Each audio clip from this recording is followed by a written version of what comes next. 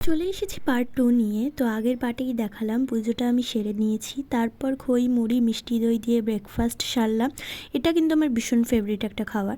তারপরে সব সরঞ্জাম সাজিয়ে আমি সেজে নিয়েছি। আর ভিডিও আর সাজা দুটো এক চক্করে আমার অনেকটাই লেট হয়ে গেছিলো।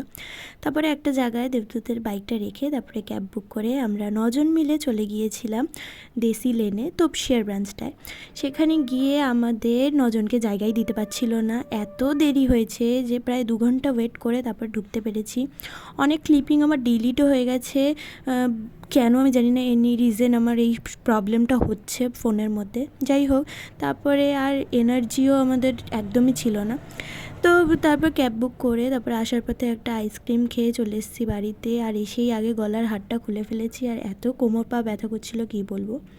তো এইভাবেই কাটলো আমার সরস্বতী পুজো 2024। তোমাদের কেমন কাটলো কমেন্টে কিন্তু জানিও।